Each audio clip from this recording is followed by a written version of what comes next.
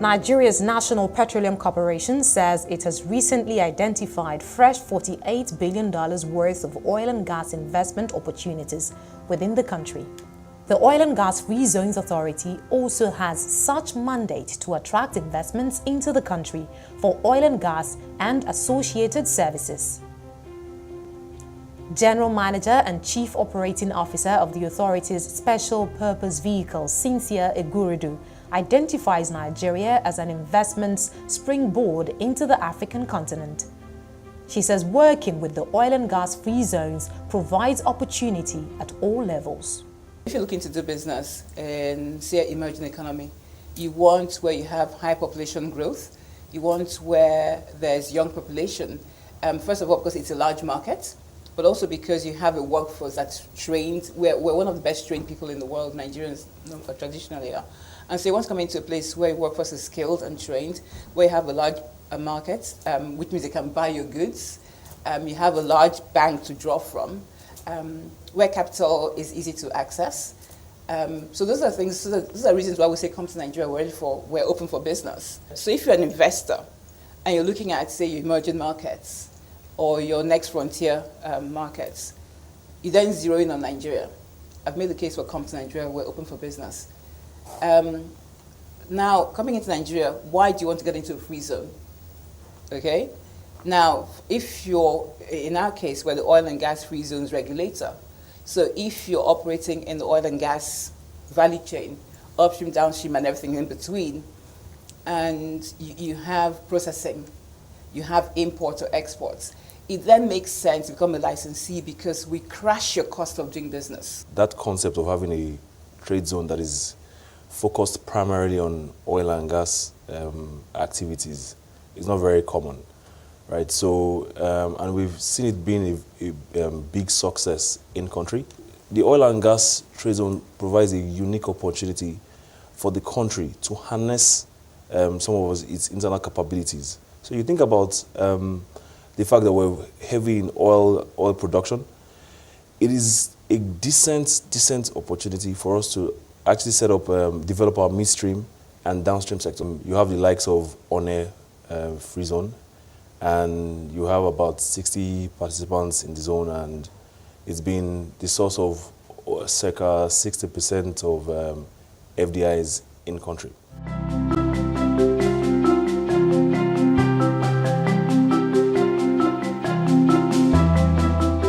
Initiatives of the Oil and Gas Free Zones Authority are structured to support Nigeria's oil and gas sector, and the authority says its chief strategy is to ensure that all due process burdens are taken off investors and licensees.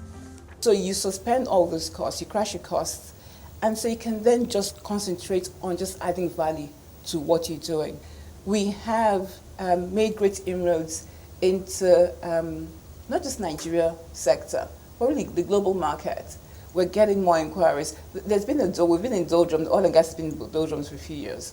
But with this administration, we've opened up the door to the world, basically. We've taken up our mantle as the regulator of the zone. We make sure that you benefit from your incentives, or we're there to supervise, to make sure that we create an enabling environment. So if you're operating in our zones, we're there at your disposal. But to do that, you need to become a licensee. So you need to then be a free zone enterprise and get our license and then receive all those incentives. So it's not enough to just acquire space on air, for instance. It's the license that makes a difference. That's what entitles you to the incentive.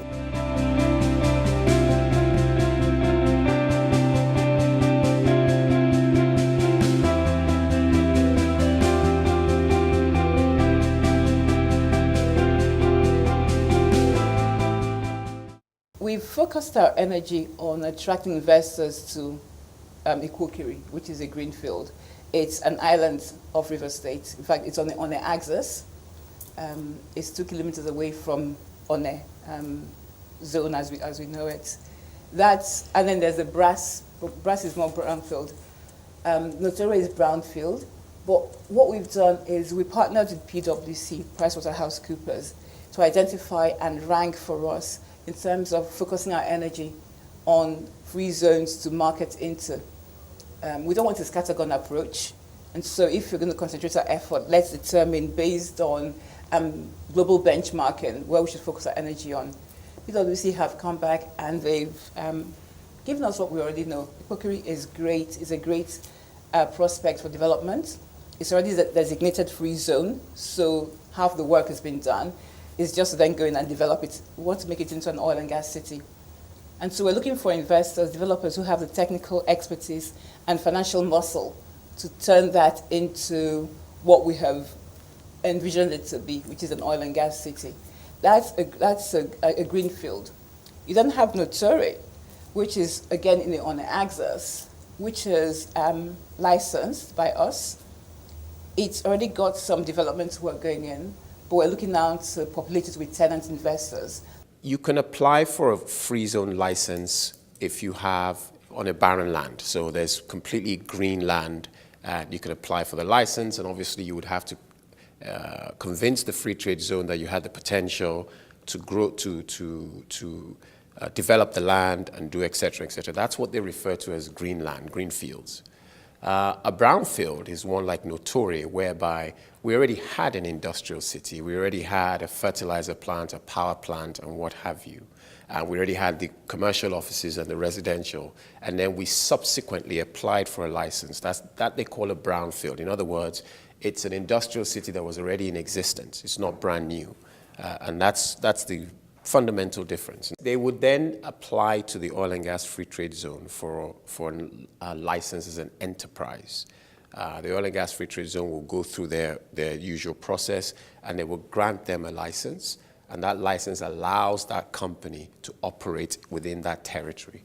I think the conversation around whether you want to go into a brownfield zone or a greenfield zone has to do with your appetite for real estate. Because when you're talking about zones, you're talking about a combination of oil and gas trade zones. You're talking about a combination of oil and gas activity and real estate, and that's where they intersect. For a greenfield, it means that usually not much development has gone into the zone.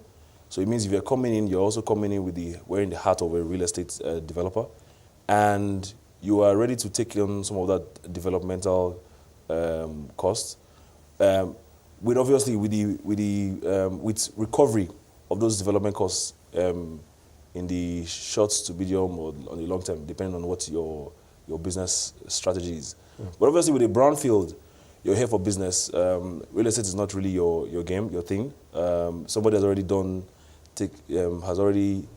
taken some of the risks with respect to investments in developing that zone. So you're only coming in as a participant and to enjoy the available benefits of running the zone.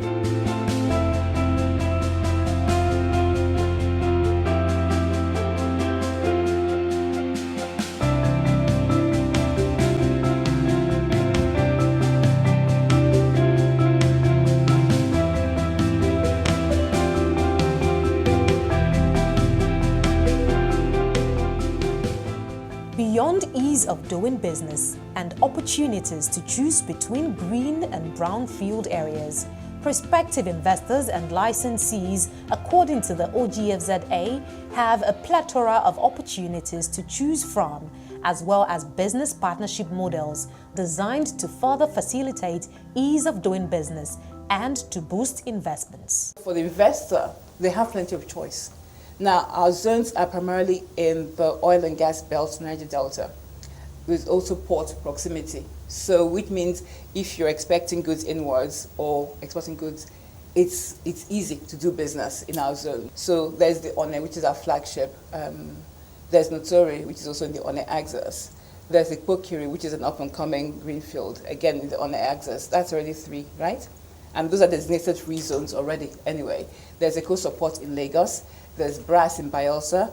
There's Ibaka, there's Awaritse. So there's Warri. Some of the onshore swampy areas, oil companies, will use One as their base. You have One Free Trade Zone and you have the Notori Free Trade Zone. And what we have is a platform that allows all these oil companies to use it as their base, either for storage, for their logistics, and what have you when they're going on or offshore. And those are the opportunities that that exists for them. In addition to that, you have what I would call their value chain businesses. So you have the oil servicing companies that follow those oil companies that also need to have a base, whether it be for storage of equipment, for pipes and what have you, or residential status or offices within those zones. And then you're going to have the servicing companies, whether it's your DHLs, your banks, and financial services, which they also need as well.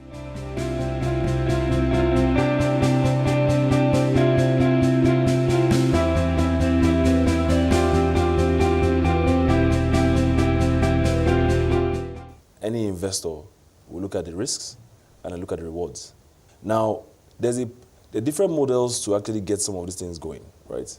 PPPs are always a good option, right? Because what you're saying is you're taking some of the burden of the government in development of some of this infrastructure that needs to be put in place. So there are different types of PPPs. With us, we give you a concession if you're a developer. We concession you for a few years. And so we're hoping that you'll build the zone, you'll operate it for a while, and then when your concession time is up, you then transfer to the government or to whoever buys it from you. That's that PPP model. I have to say that the OGFZA have been very, very instrumental in getting quite a few companies to participate in their vision, which is to have, in my opinion, the best free zones in the country. And I want to just state very quickly that under the leadership of Mr. Omana, we've had a fantastic partnership whereby the process, the application of getting a free zone was extremely transparent, very professional.